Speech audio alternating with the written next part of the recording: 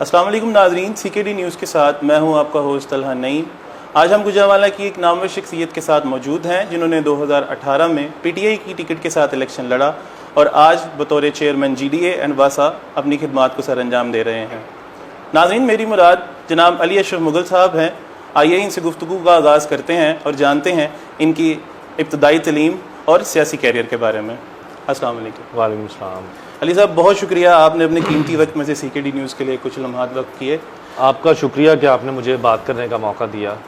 सबसे पहले तो आपकी इब्तदाई तलीम के बारे में जानना चाहेंगे कि आपने अपनी इब्तदाई तलीम कहाँ से हासिल की है और उस वक्त आपके एम्बिशंस क्या थे? मैंने जी मेरा स्कूल था बीकन हाउस गुजरांवाला, वहीं से सारी मेरी है।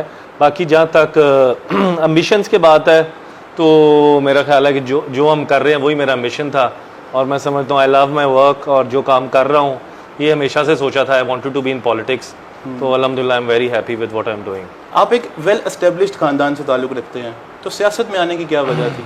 एक तो पहली बात यह है कि हम बहुत जगह ड्राइंग रूम्स में बैठ के और मुख्तलिफ जगहों में बैठ के पॉलिटिक्स और पॉलिटिशियंस को क्रिटिसाइज़ करते थे और करते हैं, और सारे दोस्त आप जहाँ पे बैठेंगे politics is probably the main issue जिस पे हम हमेशा बात करना चाहते हैं।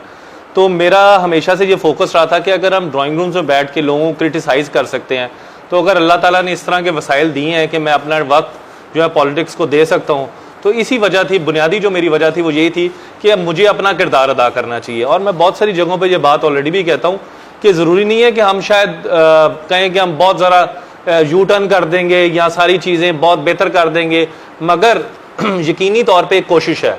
जिस तरह हमारे प्राइम मिनिस्टर भी रियासत मदीना का जिक्र करते हैं, बहुत सारे लोग क्रिटिसाइज़ करते हैं जी कहाँ गई। मैं आपको बताना चाहता हूँ कि उन्होंने एक कॉन्सेप्ट दे दिया है, अब इंशाल्लाह ताला मंजिल सेट कर दी है, गोल सेट कर दिया, हम उस तरफ चल पड़े हैं।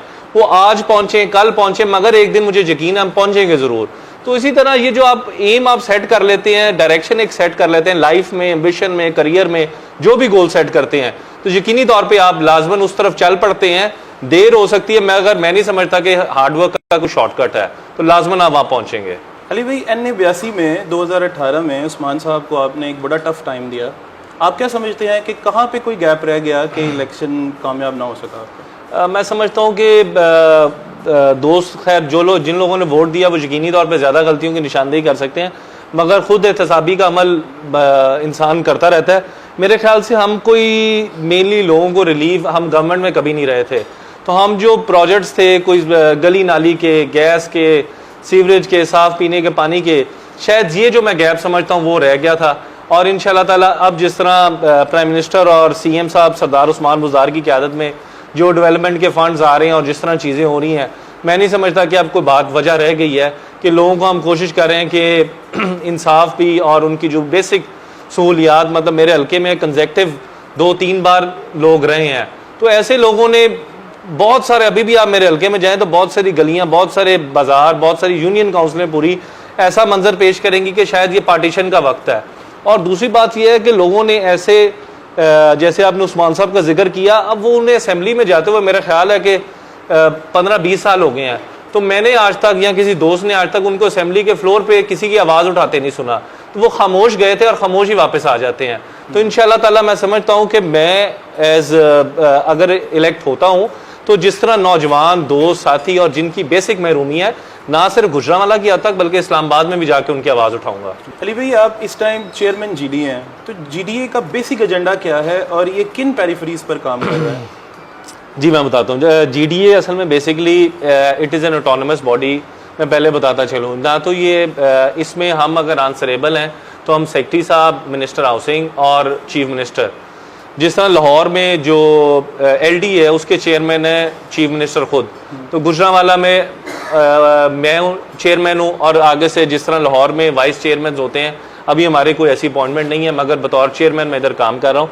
इसका जो एजेंडा मेनली ये काफ़ी वाइड डिस्क्रेशन है इसमें, वाइडली इस तरह है कि इसमें एक वासा की आप अलहदा देखिए, और दूसरा अभी हमने टीपा की एक ऑर्गेनाइजेशन भी बनाई है, ट्रैफिक इंजीनियरिंग का डिपार्टमेंट अलहदा हम इस्टेब्लिश कर रहे हैं कि शहर की जितनी ट्रैफिक इंजीनियरिंग वो भी हम करेंगे।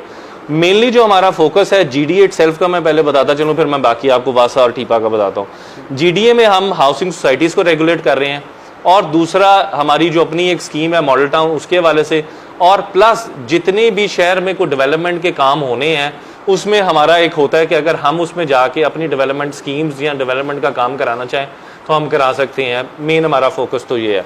दूसरा जो है वासा के हवाले से, आप वाटर एंड सैनिटेशन अथॉरिटी है, आपने देखा है कि जितना भी सीवरेज का निज़ाम है वो सारा वासा के अंडर है, जितना एक्वाफायर के इश्यूज़ हैं वो सारे वासा से रिलेटेड हैं, और मेनली लोगों का यही मेन मसला होता है नाली का। तो पानी का जो इशू है, water, clean drinking water, that is also our subject, वो भी हम कर रहे हैं। और इंशाल्लाह ताला अब आप देखेंगे आने वाले दिनों में हमारी टीपा की एक अलहदा बॉडी भी इस्टेब्लिश होने वाली है, तो उसमें भी हम इंशाल्लाह ट्रैफिक इंजीनियरिंग पर भी काम करेंगे। अली भाई, लाइफ स्टॉक एनिमल्स जो हैं उनकी मैनेजमेंट वासा के लिए सबसे बड़ा कंपटीशन है, तो आप क्या समझते हैं कि वासा ने ऐसे इकदाम किए हैं कि वो इनको काबू कर पाएंगे? मेरा ख्याल एक नहीं है, दो इशूज़ हैं जो मेरे से अगर आप पूछें फ्रैंकली, तो दो इशूज़ हैं जो वासा के लिए एक बहुत बड़ा चैलेंज है। नंबर 1 एनिमल वेस्ट और दूसरा प्लास्टिक शॉपिंग बैग्स। तो ये दो एक इश्यूज़ हैं कि जिन पे बहुत, एक तो इस पे बड़ा अच्छा खासा प्राइम मिनिस्टर का इनिशिएटिव था कि फ्री प्लास्टिक बैग से आप दूसरे बैग्स में, और आपने देखा है बहुत सारी कंपनीज, बहुत सारे बाजार, बहुत सारी चीज़ें प्लास्टिक बैग से शिफ्ट होके रीयूजेबल पे चली गई हैं। एक वो वाला एक इशू था, वो रिजॉल्व हो चुका है अल्हम्दुलिल्लाह। और दूसरा एनिमल वेस्ट के हवाले से बहुत सारे दोस्त इस पे एतराज़ भी करते हैं कि आप शहरों से बाहर मंडियाँ ले जाएंगे तो लोग क्या करेंगे, मगर yes that is a biggest challenge, क्योंकि लोग सारी रिस्पॉन्सिबिलिटी डिपार्टमेंट की समझते हैं। अगर मैं आपको किसी वक्त को पिक्चर शेयर करूं जो हमारे वासा के ग्रुप्स में आती हैं, तो एनिमल वेस्ट जो है, जो सर्दियां आती हैं तो ब्लॉकेज का मेन वजह जो है वो एनिमल वेस्ट होती है। फिर लोग बड़ा ही रिस्पॉन्सिबली इस बात को करते हैं कि अगर आपने, उन्होंने गटर खोला तो उसके अंदर रज़ाई भी डाल दी, उसके अंदर जानवर मरा भी डाल दिया, उसके अंदर ईंटें भी डाल दी, बोरियां भी डाल दी। वो समझते हैं कि ये सेवरेज का जो सिस्टम है ये एक गन फेंकने का भी सिस्टम है। तो unfortunately people need to be educated on this issue specifically, कि आपने सेवरेज के निज़ाम को आपने खुद भी बचाना है, सिर्फ इदारे का काम नहीं। अली भाई, वासा और जीडीए के जो डिपार्टमेंट्स हैं, आप इनको करप्शन से किस तरह पाक करेंगे? मैं आपको बताता चलूँ कि corruption unfortunately I will be honest to you, हमारे लोगों के एक सिस्टम का हिस्सा बन चुकी है। आप कंडेम करें, सारा कुछ करें, मगर कुछ ना कुछ ही लूप होल्स निकाल लेते हैं। अगर मैं आपको पहले पर्सनल ओपिनियन बताता हूँ, फिर मैं आपको सरदार उस्मान बुज़दार साहब का भी विजन डिस्कस करता चलूँ। मेरे पर्सनली ख्याल से ये है कि ये सारे निज़ाम को शुड बी रीवैम्प्ड। ये रिफॉर्म्स की बड़ी मेजर ज़रूरत है। जब तक रिफॉर्म ना होंगे, सिर्फ इदारों में नहीं, प्लस कोर्ट स्ट्रक्चर में भी रिफॉर्म्स की ज़रूरत है। तो रिफॉर्म्स के बगैर मैं नहीं समझता कि हम कोई भी हल कर लें। आप वॉश तो कर सकते हैं लोगों को, मगर आप 100% नहीं उसको कर सकते। तो ये भी है। बाकी चीफ मिनिस्टर की तरफ से भी ज़ीरो टॉलरेंस है इस पे। अगर कोई शिकायत लगाई जाए तो उस पर एंटी करप्शन और नैब को भी उन्होंने बड़ा एक्टिवली परसू कर रहे हैं कि कोई ऐसी शिकायत नहीं आनी चाहिए। तो बाकी जहाँ तक रह गई जीडीए की करप्शन के हवाले से, लोग बिल्कुल इल्ज़ाम भी लगाते हैं, उंगलियाँ भी उठाते हैं।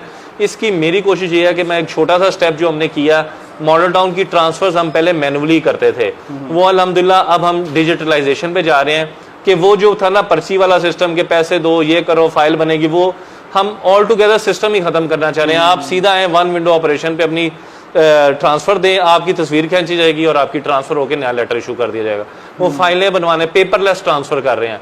तो इसलिए एक ये फैक्टर बहुत इंपॉर्टेंट। दूसरा, 1 विंडो ऑपरेशन हाउसिंग सोसाइटीज़ के हवाले से किया जा रहा है, जिसपे चीफ मिनिस्टर का बड़ा फॉलोअप है कि अगर कोई सोसाइटी 60 दिन में नहीं पास हो रही, 45 दिन में नहीं हो रही, तो उसके हवाले से भी काफ़ी काम किया जा रहा है। तो इसमें मार्जिन को काफ़ी स्क्वीज किया जा रहा है कि किसी जगह भी करप्शन का एलिमेंट एलिमिनेट हो सके सिस्टम से। अली भाई, आप एक यंग लीडर हैं, बहुत से लोगों की इंस्पिरेशन भी हैं, तो आप हमारी यूथ को क्या पैगाम देना चाहेंगे जो पॉलिटिक्स को एज अ कैरियर अडॉप्ट करना चाहती हैं? फ्रैंकली मैं आपको बताऊँ, यूथ को पॉलिटिक्स जो है ना, ये एक बड़ा वो मुश्किल काम है।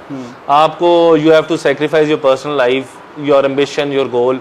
अगर तो आप समझते हैं कि आप ये सारी चीज़ें कर सकते हैं, फिर तो ज़रूर करनी चाहिए, क्योंकि ये एक टाइम टेकिंग प्रोसेस है और ये इवॉल्व करता है। मतलब ये आज नहीं है कि आज आपने शुरू की और कल आप किसी जगह हो जाएंगे।